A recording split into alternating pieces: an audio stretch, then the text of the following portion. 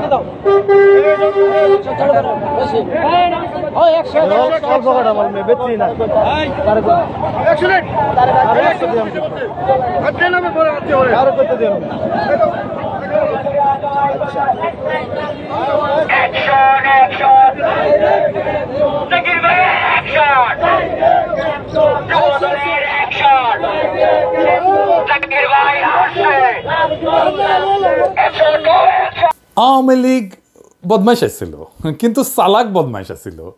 এরা তো দেখতেছে বেকুব টু দি পাওয়ার ইনফিনিটি। আবার দেখেন, আগে বলছিলাম না ওয়াজের স্টেজে উঠা আওয়ামী লীগের মতো বেদ্যবি করতো বিএনপি, আজকেও দেখেন কেমন বেদ্যবি করিচ্ছে ওয়াজের স্টেজে উঠা।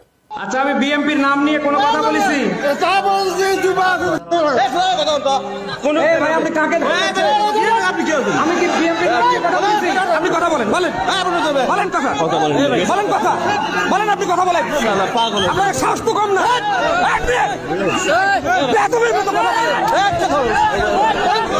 এরপরে বেদ্যবি করতে আসলে ধোলাই দিবেন একেবারে।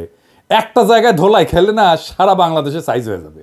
সেদিন দেখলাম ঠাকুরগাঁয়ের বিএনপি নেতা বলতেছে মির্জা ফখরুলের সমালোচনা যদি অযৌক্তিক হয় তাহলে বাড়িঘর থাকবে না। শুনেন। যৌক্তিক সমালোচনা করবেন, আমরা আপনাদেরকে বাহাবা দিব, ধন্যবাদ দিব। মিথ্যা সমালোচনা করবেন, আমরা আপনার প্রত্যেকটা মানুষের নৈতিক দায়িত্বের প্রতিবাদ করেন। কাউকে ছাড়ে দেওয়ার সময় নেই। তবে একটা জিনিস, মির্জা আলমগীরকে নিয়ে যে কথা তুলবে, আঙ্গুল তুলবে, বিশেষ করে এই অঞ্চলে ওর বাড়িঘর আমরা। এই বেড়ার নাম মতিউর রহমান, ঠাকুরগাঁ সদর উপজেলার বিএনপির নেতা। যৌক্তিক আর অযৌক্তিক কেমনে বুঝবে? কে ঠিক করবে? বিএনপি তো ঠিক করবে। আর অযৌক্তিক হলে বাড়িঘরে হামলা করবে। রাজনীতিতে সমালোচনা থাকবে না? সমালোচনা তো থাকবেই, অযৌক্তিক সমালোচনাও থাকবে। সমালোচনা যদি অযৌক্তিক হয় তাহলে সেটা জনগণ ধরতে পারবে না? অবশ্যই পারবে ধরতে। তাহলে জনগণের উপর সে আস্থা রাখতে পারতেছে না কেন? এরা উপজেলার নেতা, এরা তো শিখে বড় নেতা দেখে, তাই না? আগা হাল যেদিকে যায় পিছা হাল সেদিকেই যায়, তাই না? দেখেন বিএনপির এমপি কি বলে, কি ভাষায়। দেখেন, কিছুদিন আগে হারুনরে ধরেছিলাম না, ঠান্ডা ছিল কিছুদিন, আবার এসে কইতেছে ক্ষমতায় থেকে দল গঠন করলে পিঠের চামড়া তুলে নিবে। ভাষা বাদী দিলাম। ক্ষমতায় থেকে রাজনৈতিক দল তো খোদ জিয়াউর রহমান করছেন।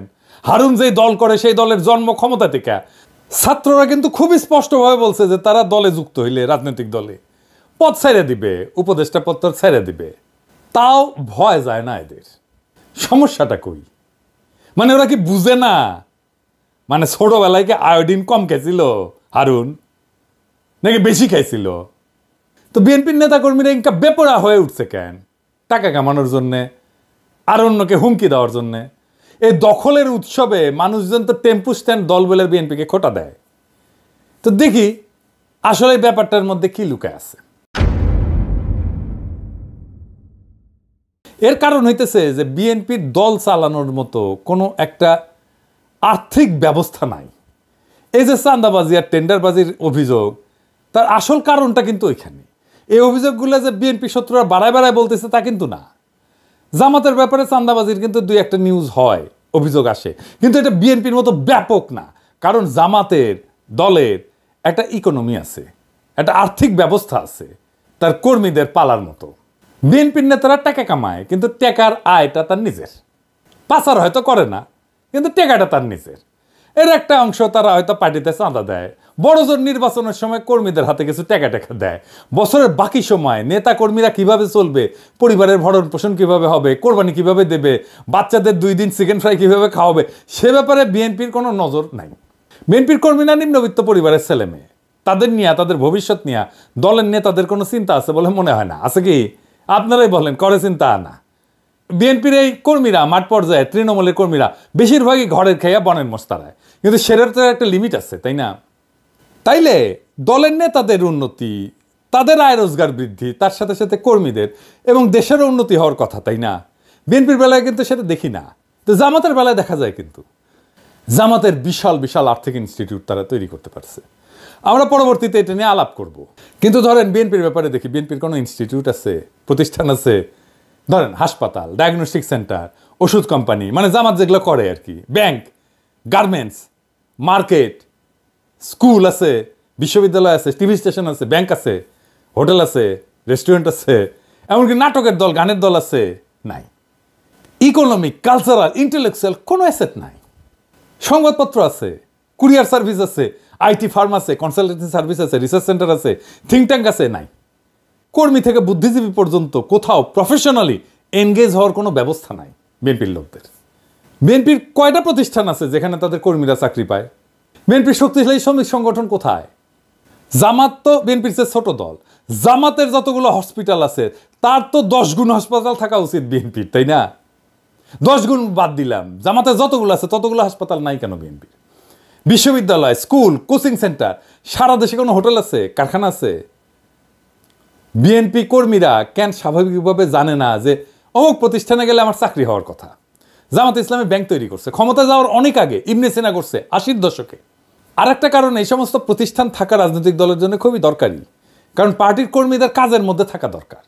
শ্রম না দিয়া বিনা পরিশ্রমে অর্থ উপার্জনের যে মানসিকতা, সেইটা খুবই বিপজ্জনক মানসিকতা, এবং এইটা একসময় করাপ্ট হবেই, তাকে করাপ্ট করে ফেলবে। বাংলাদেশের রাজনৈতিক নেতারা, আপনারা কিছু মনে করবেন না, আপনাদের অসম্মান করার জন্য আমি এটা বলতেছি না, এটা বাস্তবতা। আপনার পেশা কি? আপনার আয় উপার্জন কিভাবে হয়? আমি তো কারোই বৈধ প্রকাশ্য কোনো আয়ের উৎস দেখতে পাই না। এটা রাজনীতিতে সবসময় একটা কোশ্চেন মার্ক। বিনা পরিশ্রমে টাকা উপার্জনের উপায় থাকলে দলের কর্মীরা অসৎ কাজে জড়িয়ে পড়ার সুযোগ পাবে। মানে ক্ষমতা আছে কিন্তু কাজ নাই, এরকম মানুষজন বিপদের কারণ হয়ে দাঁড়াবে। তো তাদের মাথায় শয়তান বাসা বাঁধবে সহজেই। আমি পেশার খুব গুরুত্ব দিই। মানে দেখবেন যে ফেসবুকে এসে অনেকে রাজা উজির মারে না, আমি অমুক, আমি তমুক, প্রচুর জ্ঞানের কথা বলে। ওর একটা লিঙ্কডইন প্রোফাইল খুঁজে বের করবেন, তাইলে বুঝবেন যে ও আসলে প্রফেশনালি, পেশাগতভাবে সে কি করে, কোথায় করে, কাদের সাথে কাজ করে, তার নেটওয়ার্কের মধ্যে কারা কারা আছে, এটা দেখবেন। এটা খুব জরুরি। আপনি অনেক দেখবেন মানে রিসার্চ আর পিএইচডি অমুক তমুক মেলা কিছু করে ফেলছে, লিঙ্কডইনের কোনো প্রোফাইলই নাই, বুঝছাও? তার মানে ও কিছুই করে না, কিচ্ছু না, বা যা করে সেটা বলতে চায় না সে। বুঝতে পারছেন? এটা যদি চিন্তা করে দেখেন যে বাংলাদেশে সমাজের নিচ থেকে উপরে ওঠার ভালো কোনো রাস্তা নাই। এক প্রজন্মের মধ্যে নৈতিকতার সীমার মধ্যে এক শ্রেণী থেকে আরেক শ্রেণীতে যদি উঠতে চায়, সেটা প্রায় অসম্ভব ব্যাপার। এই বাস্তবে যদি এইটা আপনি করতে চান, তো একটাই মাত্র পথ খোলা আছে, সেটা রাজনীতি। রাজনীতি করে আপনি প্রচুর টাকা কামাইতে পারবেন, আপনার আর্থিক অবস্থা যাই থাকুক না কেন, তাই না? এটা খুব বিপজ্জনক একটা দেশের জন্য, খুবই বিপজ্জনক একটা দেশের জন্য। এই জন্যই বাংলাদেশের রাজনীতি দাঁড়াইতে পারে না, রাজনৈতিক দলগুলো দাঁড়াইতে পারে না, শক্তি অর্জন করতে পারে না। এই সিন্ডিকেট ভাঙতে হবে। কিন্তু রাজনীতিকে একমাত্র পথ হিসেবে যারা দেখে, যারা রাজনীতি শুধু করে, তাদের এই বাস্তবতাটা বুঝতে হবে এবং তাদের জীবিকা নির্বাহের দায়িত্ব নিতে হবে। নাইলে কর্মীরা বিএনপির রাজনৈতিক প্রতিপক্ষদের কোলে গিয়ে উঠবে, অথবা চাঁদাবাজি মারামারি সংস্কৃতি আরো বাড়বে। এই যে বিএনপির লোকেরা, কিছু মনে করেন না, ওরা যে আওয়ামী লীগের লোকদেরকে রক্ষা করলো কি জন্যে? ওইটার স্টেক নিতে গেছে। তারা ওই লোভটা ছাড়তে পারে নাই, ওই টাকার লোভটা ছাড়তে পারে নাই, টাকা পাইছে, তারা রক্ষা করে ফেলছে। বিভিন্ন জেলায় আপনারা দেখছেন না, বিএনপির কাঁধে বেশে আওয়ামী লীগ পুনর্বাসিত হচ্ছে, আওয়ামী লীগকে রক্ষা করছে বিএনপি। কেন রক্ষা করছে? একটা ফাইন্যান্সিয়াল ইন্টারেস্ট ছিল, একটা টাকা পয়সার একটা লেনদেন ছিল, সেই জন্যই রক্ষা করছে। এবং দেখছেন তো, এই যে পেশা না থাকার কারণে, একটা আয় উপার্জনের, একটা সৎ আয় উপার্জনের জায়গা না থাকার কারণে দেশের ভবিষ্যৎ, দেশের রাজনৈতিক ভবিষ্যৎও এইটা সংকটে পড়ে যায়। যে কারণে মানুষ রাজনীতি করে, সেটা অর্জনের জন্য ভালো বিকল্প পথ দিতে হবে। শক্তিশালী পার্টির ফান্ড তৈরি করতে হবে এবং পার্টির একটা আর্থিক ব্যবস্থা তৈরি করতে হবে। বিএনপি চাইলে এটা করতে পারে, শুধু বিএনপি না, নতুন দল যারা আসতেছে তারাও এটা চিন্তা করতে পারে। আমি তো জামাতের বাংলাদেশের ব্যবসা প্রতিষ্ঠানের কথা বললাম, আমরা দুনিয়ার কিছু উদাহরণ দেখে আসি। পিসিআই এটা ইটালিয়ান পার্টি, 1945 থেকে 1991 মধ্যে একটা ইউরোপের অন্যতম শক্তিশালী কমিউনিস্ট পার্টি ছিল। এদের বিভিন্ন সমবায় সংস্থা ছিল, প্রকাশনা সংস্থা ছিল, রিয়েল এস্টেট ছিল, হোটেল ব্যবসা ছিল, এবং দলীয় সদস্যদের কর্মসংস্থান হইতো, তহবিল সংগ্রহের জন্য এই জিনিসগুলো কাজে লাগে। তো তাদের রেস্টুরেন্ট ছিল, বার ছিল, সামাজিক ক্লাব ছিল, ট্রাভেল এজেন্সি ছিল, তাদের সহযোগী সংগঠনগুলো হলিডে রিসোর্ট করছিল, গেস্ট হাউস করছো, এমনকি এখানে দলীয় সদস্যরা ছাড়ে থাকতে পারত। আফ্রিকান ন্যাশনাল কংগ্রেস এএনসির এটার বিনিয়োগ বাহিনী আছে যা বিভিন্ন ব্যবসা পরিচালনা করে, এবং এএনসির যে বিনিয়োগ কোম্পানিগুলো আছে তারা হোটেল এবং পর্যটন খাতেও সম্পৃক্ত। বিএনপি বা বাংলাদেশের রাজনৈতিক দলগুলো নিজের ইকোনমি তৈরির জন্য, নিজের আর্থিক ব্যবস্থা তৈরির জন্য কোন পদ্ধতি গ্রহণ করবে সেটা তারাই ভালো জানে। রাজনৈতিক দলের শীর্ষ নেতাদের কর্মীদের ভরসা হয়ে উঠতে হয়। হাসিনার মতো তাদের উপরে জুলুম এবং গায়ের জোরের ছাতা হয়ে ওঠার টাইম শেষ। সেই জন্য নতুনভাবে ভাবতে হবে রাজনৈতিক দলগুলো। তবে এই পদ্ধতির একটা বড় অসুবিধা আছে। আমি সিপিবি ব্যাকগ্রাউন্ড থেকে আসছি জন্য এই পদ্ধতির অসুবিধাটা আমি ভালো বুঝতে পারি। এই সমস্যা জামাতেরও আছে। কি সেই সমস্যা? আসেন একটু বুঝে দেখি। দলের সাথে যুক্ত প্রতিষ্ঠান যদি আমার আয় রোজগারের উৎস হয়, তাহলে আমি ইন্ডিভিজুয়াল এজেন্সি নিয়ে, নিজের একক সত্তা নিয়ে রাজনৈতিক দলে কোনো ভূমিকা রাখার সম্ভাবনা থাকে না, কমে যায়। আমার দলের নেতা আমার যদি বস হয়ে যায়, আমি রাজনৈতিক দলটাকে একটা চাকরি বলে মনে করব। আর আমার বস যদি আমার নেতা হয়, রাজনৈতিক নেতা হয়, তাহলে তো আমি তার কথা সবসময় শুনবো, আমি তাকে কখনোই কন্ট্রাডিক্ট করবো না। আমি জামাতের এক্সাম্পল না দিয়ে সিপিবির এক্সাম্পল দিই। সিপিবির হোল টাইমার আছে, মানে দল থেকে বেতন দেয়, সারাক্ষণ সে রাজনীতি করে, সেটাই তার চাকরি। আমি আসলে হোল টাইমার হইতে চাইছিলাম। 1992 সালে হোল টাইমারের বেতন ছিল 3000 টাকা, বোধ হয় 2.5 বা 3000 টাকা। এখন দিবালোক সিংহের একটা মণি সিংহের বেটা, তার একটা প্রতিষ্ঠান আছে দুস্থ স্বাস্থ্য কেন্দ্র, ওইখানে চাকরি করে পার্টির লোকেরা, কমিউনিস্ট পার্টির লোকেরা। দিবালোক সিংহের ওইখানে যে চাকরি করে, সে কি দিবালোক সিংহের মতের বিরুদ্ধে কোনো মত দিতে পারবে? তার বস যেটা বলবে সেটাতে হ্যাঁ হ্যাঁ করে যাবে। তখন এইটা রাজনৈতিক দল থাকে না, ক্লাব হইয়া যায়। আমার অনুমান জামাতেরও এই সমস্যা আছে। এই কারণে দেখেন যে মেজর পলিটিক্যাল মিস্টেক এই দুই দলের বেশি, জামাত আর সিপিবির। বিএনপির আর্থিক অবস্থা দুর্বল থাকলেও তাদের মেজর পলিটিক্যাল মিস্টেক কিন্তু নাই। সম্ভবত এই কারণেই, এটা আমার অনুমান। কারণ দলের সিদ্ধান্ত যারা নেয় তারা তাদের আয় রোজগারের জন্য দলের নেতৃত্বের উপর নির্ভরশীল না।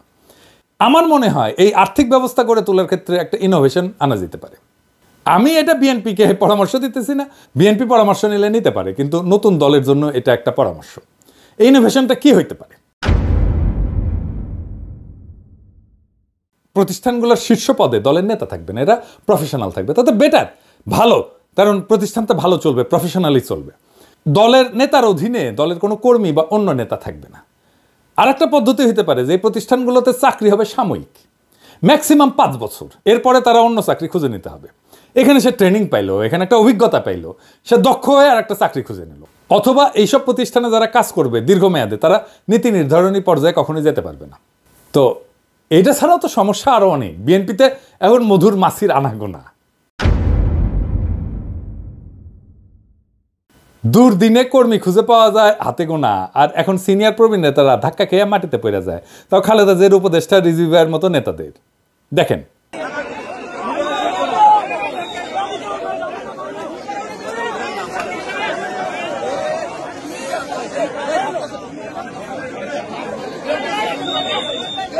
ফুল দিয়া শ্রদ্ধা জানাইতে গেছে, সেটা ভেঙ্গে শেষ।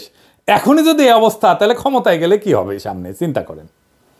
বিএনপির স্বাস্থ্য প্রতিমন্ত্রী ছিল, কোষাধ্যক্ষ ছিল, স্বাস্থ্য প্রতিমন্ত্রী ছিল মিজানুর রহমান সিনহা। দলের প্রাথমিক সদস্যপদ প্রত্যাহারের পাশাপাশি রাজনীতি থেকেও অবসরে যায় 2020 সালে। ওনার একটা ওষুধ কোম্পানি আছে, একমি ল্যাবরেটরিজ। ওষুধ কোম্পানিগুলো স্বাস্থ্য মন্ত্রণালয়ের অধীনে, ওষুধ কোম্পানি সংক্রান্ত সিদ্ধান্ত নেয় স্বাস্থ্য মন্ত্রণালয়। সেইখানে মিজানুর রহমান সিনহা মন্ত্রী হতে পারেন না, এটা কনফ্লিক্ট অফ ইন্টারেস্ট। তাও করলেন মন্ত্রিত্ব, তারপরে উনি নাই কোনো রাজনৈতিক কর্মসূচিতে, লড়াই সংগ্রামে নাই, উনি ডুব মারলেন ব্যবসায়। এমনকি 2020 সালে তিনি দল আর রাজনীতি থেকে অবসর নিলেন। যখন দলের কর্মীরা গুম হইতেছে, খুন হইতেছে, বনে বাজারে ঘুরতেছে, তখন উনি দল ছাড়লেন। উনি না, শুধু আরেক মন্ত্রী মোর্শেদ খান ছাড়লেন দল, আরও অনেকে ছাড়ছেন। পদত্যাগপত্রে মিজানুর রহমান সিনহা বললেন, গত কয়েক বছরে আমার ব্যবসায়িক ব্যস্ততা বাড়ার পাশাপাশি শারীরিক নানা সমস্যা দেখা দিয়েছে। 5 বছর পরে ওনার শৈলে জোশ আসিছে, ক্ষমতার কাছাকাছি। মিজানুর রহমান সিনহা, আপনি কোন সালসা খাইছেন? এনা কবেন আমাকে না কন নয়তো সেই সালসা প্রফেসর ইউনুসের দায়পার পরা বুড়া খাটাস উপদেষ্টাগুলোর এনা খিলান এইগুলা শুনলেও এনা জোশ আসুক আর আমাক এনা কানে কানে কয়ে দেন না মিজানুর ভাই বয়স বাড়িচ্ছে তো আর কিছুদিন পর তো লাগবে আমারও এনা টেস্ট করে দেখলাম ইনি শরীরে ক্যাঙ্কা জোশ আসে দিবেন না মিচ্ছি এনা দিলেই হবে প্যাডে দিয়েন হ্যাঁ নাকি ভাই আমার